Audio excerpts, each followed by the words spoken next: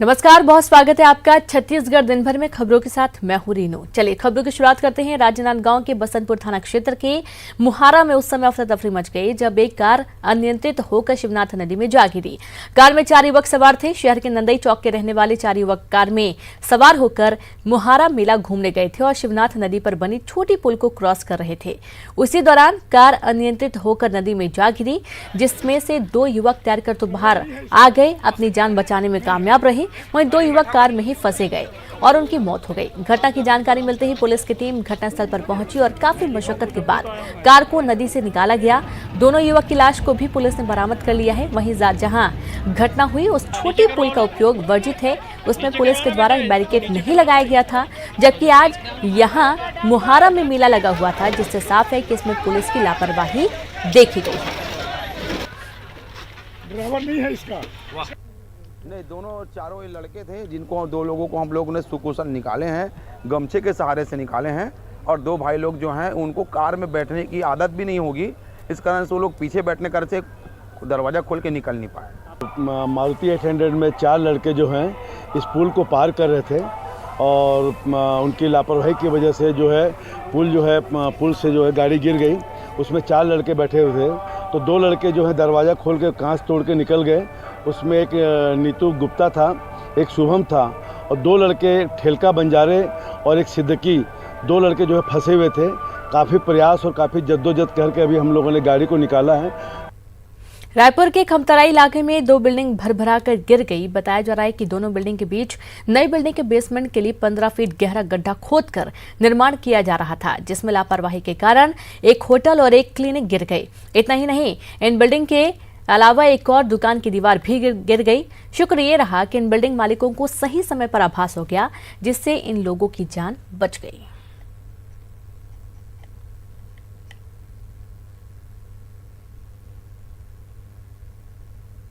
खमतराई इलाके में ये जो है बिल्डिंग गिरी है और एक नहीं बल्कि 2 बिल्डिंग यहाँ पे गिरी है। और जो है एक बाजू में होटल था, उसके बीच में जो है निर्माण किया जा रहा था। 15 फीट का करीब गड्ढा खोदा गया था।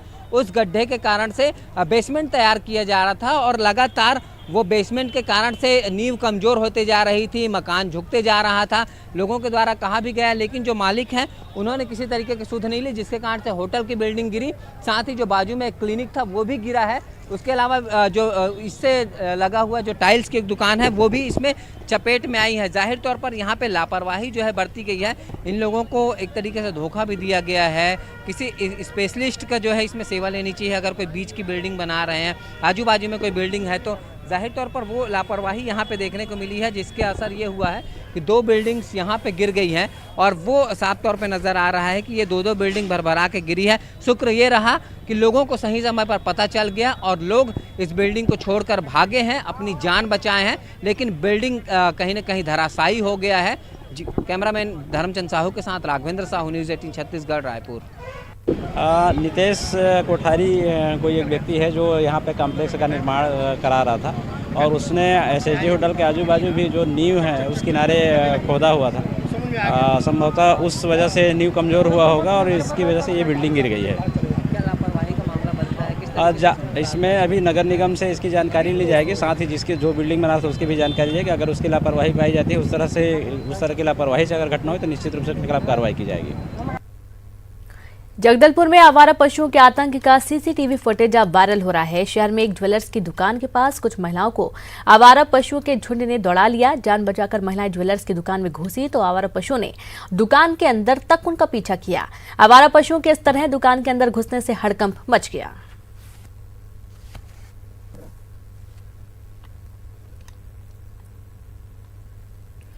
धान खरीदी के लिए 15 दिन और समय देने और किसानों पर हुए लाठीचार्ज के विरोध में बीजेपी कल 22 फरवरी को प्रदेश भर में सड़क पर उतरेगी। सभी जिलों में बीजेपी 1 दिवसीय धरना प्रदर्शन करेगी। पूर्व कृषि मंत्री ब्रजमोहन अग्रवाल ने कहा कि यह सरकार अंधी, बहरी, गूंगी हो गई है, उसे जगाने के लिए सड़क पर उतरना पड़ रहा है। खाली 80-82 मैट्रिक टन धान खरीदा है। आज भी किसानों के पास में 18-20 लाख टन धान पड़ा हुआ है। उस धान को खरीदा जाए और जब किसान अपना धान खरीदने के लिए सड़क पर उतरते हैं तो उनके ऊपर में लाठीचार्ज किया जाता है। ये बर्बर कार्रवाई है और इसके विरोध में पूरे छत्तीसगढ़ में कल भारतीय जनता पार्टी सड़कों पर उतरेगी। धान खरीदी और शराबबंदी को लेकर विपक्ष के दुष्प्रचार पर सीएम बघेल ने ट्वीट कर विपक्ष पर निशाना साधा। सीएम ने कहा कि करना दुष्प्रचार अगर फितरत है तुम्हारी तो मुबारक हो तुमको, आदत तुम्हारी।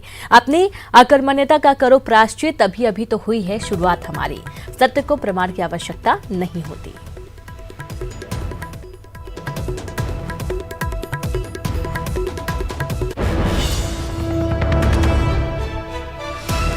अमेरिका दौरे से लौटे सीएम भूपेश ने कहा कि अमेरिका दौरा सफल रहा, प्रदेश में निवेश का फायदा मिलेगा। उन्होंने धान खरीदी का समय बढ़ाने की मांग पर सीएम ने कहा कि अब तक का सबसे ज्यादा धान की खरीदी हो चुकी है। आज तक की जितनी धान खरीदी हुई उसमें लेकिन बहुत अच्छा रहा। सर जो धान की खरीद को लेकर किसान लगातार प्रदर्शन कर रहे हैं, क्या उसकी डेट बढ़ाई जाएगी? देखिए, आज तक की जितनी धान खरीदी हुई उसमें सर्वाधिक इस साल खरीदी किया गया। जितने किसान बेचते तो उसमें से 2.5 लाख ज़्यादा किसान बेचे हैं। अभी तो भारतीय जनता पार्टी कुछ नहीं मिल रहा है, तो ये लोग हल्ला कर रहे हैं। कैलाश विजयवर्गीय कह रहे हैं कि मुख्यमंत्री साहब का हनीमून पीरियड चल रहा है और किसानों की तरफ कोई। देखिए, विजयवर्गीय जी हमेशा कुछ न कुछ ऐसा बयान देते हैं जिससे वो चर्चा में बने रहे। मैं उसके बयान पे कोई उसका जवाब नहीं देना चाहता। सर, कांग्रेस अध्यक्ष की बात चल रही है, लेकिन कांग्रेस के अंदर से ही संदीप दीक्षित और शशि थरूर वो नॉन गांधी अध्यक्ष बनाने की बात करने लगे। मुझे इसकी जानकारी नहीं, मैं तो अभी आया हूँ। और जहाँ तक की बात अध्यक्ष की बात है, राहुल गांधी जी से उपयुक्त कोई दूसरे व्यक्ति कांग्रेस में नहीं है। विधानसभा अध्यक्ष चरणदास महंत अमेरिका यात्रा से वापस रायपुर लौट आए हैं। चरणदास महंत सीएम भूपेश बघेल के साथ ही अमेरिका के दौरे पर गए थे। रायपुर पहुंचने पर विधानसभा स्पीकर ने इस दौरे को सफल बताया। उन्होंने निवेशकों के साथ ही बेहतर चर्चा हुई। कई निवेशकों ने छत्तीसगढ़ में निवेश करने की इच्छा भी जताई है। अमेरिका की यात्रा बहुत अच्छी रही। जिस मूड में माननीय मुख्यमंत्री जी वहाँ गए थे सैन फ्रांसिस्को, वहाँ के निवेशकों से बात करने और यहाँ का कुछ छत्तीसगढ़ का वहाँ योगदान देने गए थे, उस दिशा में उनकी यात्रा बड़ी सफल रही और बहुत लोगों से भेंट हुई और बहुत लोगों ने यहाँ आने का उनको निवेदन किया। कुछ लोग चाहते थे कि यहाँ से कुछ हम ऐसी सामग्री का निर्यात करें जो अमेरिका के लिए। 24 फरवरी से विधानसभा के बजट सत्र शुरू हो रहा है। सत्र को लेकर विधानसभा स्पीकर चरणदास महंत का कहना है कि 24 फरवरी को ही राज्यपाल का अभिभाषण होगा। बजट सत्र के लिए अब तक 2000 से ज्यादा सवाल विधानसभा के लिए आ चुके हैं। की संख्या आ रहे हैं वो 2000 से भी ज़्यादा आ चुके हैं, जैसा मुझे पता लगा है। तो लगता है कि इस बार के विधानसभा में ज़्यादा कुछ गर्मी भी होगी, कुछ सवालात भी ज़्यादा होंगे और कुछ लोगों को कुछ कहने का। मैं ऐसा समझा पहले कि अब 1 साल विधायक बने हो गए हैं तो विधायकों ने ज़्यादा रुचि ली है। इस बार जो धान खरीदी पर पूर्व मंत्री केदार कश्यप के बयान पर मंत्री कवासी लखमा ने पलटवार किया। लखमा ने कहा कि केदार कश्यप की पत्नी फर्जी परीक्षा देते पकड़ी गई थी। सरकार इसकी जांच करेगी तो केदार कश्यप मुश्किल में पड़ सकते हैं। किसान का धान नहीं हुआ बल्कि गांजे के समान हो गया। आज पूरा किसान एक दाना खरीदेंगे बोले थे। केदार कश्यप परीक्षा देने वाला आदमी अपना डौकी को, तो अभी इस टाइप का बात करना उसको शोभा नहीं देता है। हमारा सरकार है बोल के उसको जांच नहीं कर रहे हैं। हम उसको जांच करेंगे तो वो बुरी तरह से बचेगा। जो एक मंत्री रह के परीक्षा दिलाने वाला वो सरकार को। धान खरीदी पर मचे सियासी घमासान के बीच पीसीसी अध्यक्ष मोहन मरकाम ने सरकार से जिन किसानों का धान नहीं खरीदा गया उनका धान खरीदने की मांग की है। जगदलपुर में मोहन मरकाम ने कहा कि बीजेपी किसानों के मुद्दे पर राजनीति कर रही है। बस्तर में सरकार को लेकर किसानों में कोई नाराजगी नहीं है। बारदाने की कमी की वजह से प्रदेश भर के लाखों किसानों का धान नहीं खरीदा जा सका, जिसके कारण किसान प्रदेश भर में आंदोलन कर रहे हैं। सुविधाएं हम लगातार प्रयास कर रहे हैं और हम चाहते हैं कि जो किसानों का धान नहीं खरीदा गया है उनका खरीदी हो। भारतीय जनता पार्टी को सिर्फ राजनीति करना था। 15 सालों तक किसानों की तो हितैषी नहीं की थी। आज हम पिछले साल 80 लाख मीट्रिक टन धान खरीदे। 2017-18 में मात्र लगभग 57 लाख मीट्रिक टन ही खरीदिया। हमारी सरकार आने के बाद 80 लाख मीट्रिक टन। वही धान खरीदी पर मचे सियासी बवाल के बीच खुद सरकार के मंत्री मोहम्मद अकबर मानते हैं कि किसान उनके भी जिले में यह कह रहे हैं कि उनका धान नहीं बिक पाया। उन्होंने यह भी कहा कि कैबिनेट में सभी मंत्री यह बात मुख्यमंत्री के सामने उठाएंगे। हालांकि उन्होंने बीजेपी के कल होने वाले प्रदर्शन को विपक्ष का सामान्य काम बताया है। देखिए, मैं खुद भी गया था, 2 दिन पहले गया था। 4-5 स्थानों पर अलग अलग लोगों से मेरी बातचीत हुई। बारदाने की मांग उन्होंने किया तो कुछ बारदाना मैंने भिजवाया भी, लेकिन पूरा नहीं मिल पाया। कठिनाई तो है, और ये सब चीज़ों को देखते हुए, क्योंकि एक ये बहुत बड़ा मामला है और पूरे राज्य स्तर में इसका परिणाम आने का होता है, तो एक ज़िले में क्या होने जा रहा है, यदि एक ज़िले में होगा तो बाकी ज़िले में भी होगा। इसलिए वो मंत्रिमंडल की जो उप समिति है वो इसको तय करेगी और उसके बाद आगे क्या किया जाएगा ये कहा जाएगा। देखिए, भारतीय जनता पार्टी तो प्रतिपक्ष में है, उनको तो हर काम का विरोध करना ही है, तो वो क्या कर रहे हैं उस पर बोलने का कोई मतलब है नहीं। और मुख्यमंत्री जी ने भी कवासी लखमा जी को लाठीचार्ज के बारे में यदि हुआ है उसकी जानकारी लेने के लिए कहा है, तो उन्होंने भी कहा है कि मैं पूरी रिपोर्ट दूंगा। उसका भी रिपोर्ट अभी हमको प्राप्त हुआ नहीं, क्योंकि लगातार हम लोग अपने अपने क्षेत्रों में हैं। तो पूरी जानकारी आ जाए, फिर क्या करना है क्या नहीं करना है ये मंत्रिमंडल की उप समिति तय।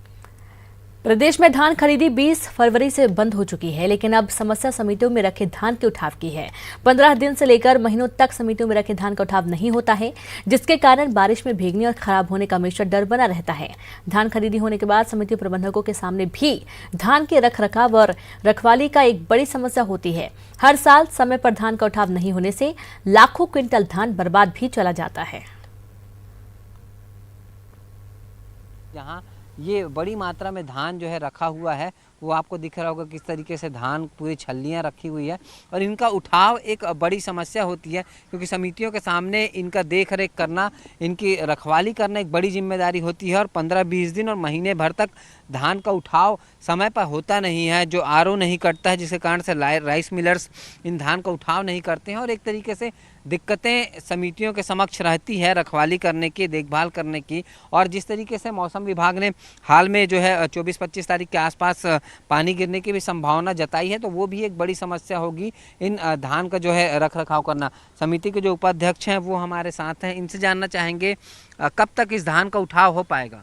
वो करीब 20-25 दिन लग जाएगा ना साहब, ये में कोई गारंटी नहीं है, काल उड़ जाही या परसों उड़ जाही, एक कोई गारंटी नहीं है। वो बतावत कल हम एक गाड़ी नहीं रही से तो 15-20 दिन के बाद उठी से।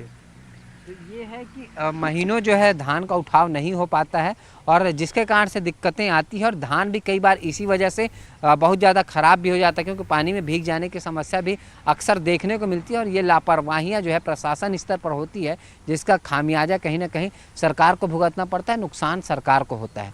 कैमरामैन धर्मचंद साहू के साथ राघवेंद्र साहू, न्यूज़ 18 छत्तीसगढ़, रायपुर। और यहाँ पर वक्त एक छोटे से ब्रेक का है, हम जल्द हाजिर होंगे।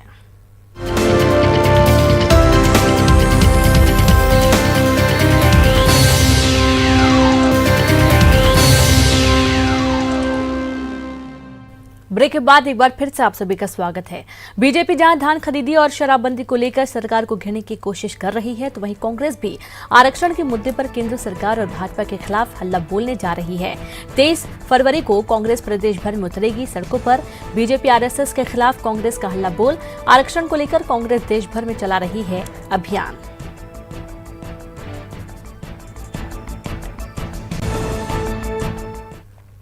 केंद्रीय इस्पात मंत्री धर्मेंद्र ने बालोद के दलीराजहरा में लौह अयस्क क्षेत्र का दौरा किया, और यहां उन्होंने लौह अयस्क की गुणवत्ता को सुधारने के लिए 150 करोड़ की लागत से बनने वाले प्लांट का शिलान्यास किया। और इस प्लांट के लगने से आयरन और की गुणवत्ता 55 ग्रेड से बढ़कर 65 ग्रेड हो जाएगी। दलीराजहरा में मंत्री धर्मेंद्र प्रधान ने बीएसपी के चित्रकूट हॉस्टल का भी निरीक्षण किया। धर्मेंद्र प्रधान ने कहा कि प्लांट में काम करने वाले कर्मचारियों की सुरक्षा बड़ी प्राथमिकता है। इंडस्ट्रियल सेक्टर में दुर्घटना ना हो ये कोशिश सबकी रहती है। हमारे भी प्राथमिकता है, कर्मचारियों की, श्रमिकों की सुरक्षा सर्वोपरि है। जो पिछले घटनाएं हुए हैं उसको ध्यान में रखते हुए सारे मैं कल आके ही भिलाई में भी उस पक्ष का भी थोड़ा समीक्षा किया था। हम लोग आगे सजग रहेंगे ऐसे पुनरावृत्ति। रायपुर में केंद्रीय पेट्रोलियम मंत्री धर्मेंद्र प्रधान ने राज्यपाल अनुसुईया उइके से मुलाकात की और इस दौरान कई मुद्दों पर चर्चा की।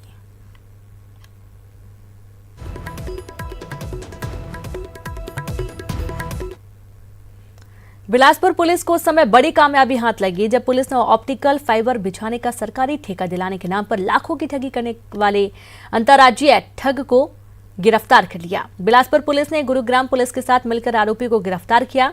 बताया जा रहा है कि आरोपी के खिलाफ 26 जनवरी को कोतवाली थाने में ठगी का मामला दर्ज हुआ था। तभी से पुलिस आरोपी की तलाश में जुटी हुई थी। के माध्यम से जागरूक भी कर अंतर्राष्ट्रीय ठग को गिरफ्तार करने में सफलता प्राप्त हुई है। सरकारी ठेके देने के नाम से लोगों को झांसे में लेता था। बालोद में दली राजहरा पालिका उपाध्यक्ष संतोष देवांगन पर अज्ञात लोगों ने जानलेवा हमला कर दिया। सिर में गंभीर चोट लगने के कारण उन्हें इलाज के लिए रायपुर रेफर किया गया है। हमला किस वजह से हुआ, पुलिस इसकी जांच कर रही है।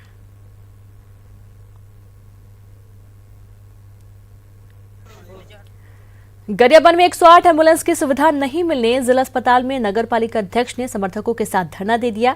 दरअसल जिले में 3 अलग अलग घटनाओं में 20 लोग घायल हो गए, जिन्हें इलाज के लिए रायपुर और दूसरे अस्पतालों में भेजा जाना था, लेकिन एम्बुलेंस नहीं होने से लोगों को खासी परेशानी का सामना करना पड़ा।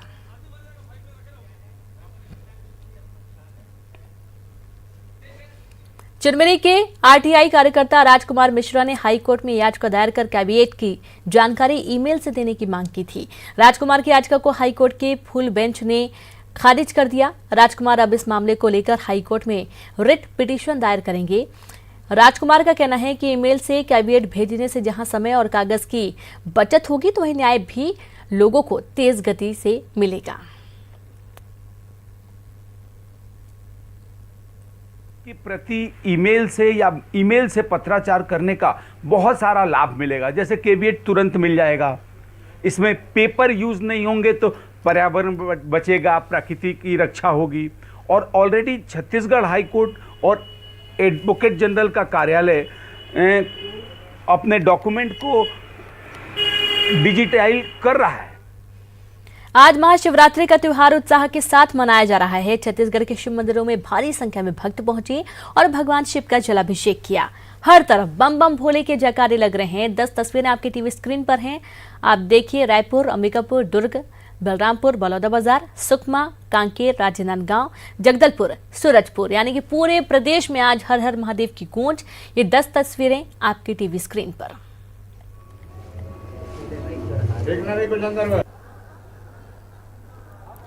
और साथ ही कुछ ऐसी 8 तस्वीरें और आपको दिखा रहे हैं जहां पर सोमनाथ, देवघर, प्रयागराज, लिंगराज, महाकालेश्वर, भिलाई, कांकेर, अंबिकापुर, जहां पर भगवान भोलेनाथ की प्रतिमा के साथ साथ जयकारों की गूंज सुनाई दे रही है। लोग जलाभिषेक करने पहुंच रहे हैं और भगवान भोलेनाथ आज पूरे देश में उनकी गूंज सुनाई दे रही है। और जैसा कि आपको सुबह से हमने तस्वीरें भी दिखाई हैं, जिन लोगों ने मंदिर ना जा पाए हैं उनको घर बैठे आप बड़े बड़े जगहों की, तीर्थ स्थलों की तस्वीरें आप देख सकते हैं। भिलाई में भगवान भोलेनाथ की भव्य बारात निकाली गई, जिसमें 50,000 से अधिक की संख्या में भक्तगण बारातियों के स्वागत में तैनात रहे। बाबा की बारात में भूत, पिशाच और देव बाराती बने। बारात में 108 झांकियां शामिल हुई। हथखोज भिलाई से आरंभ हुई बारात शहर भर में भ्रमण की।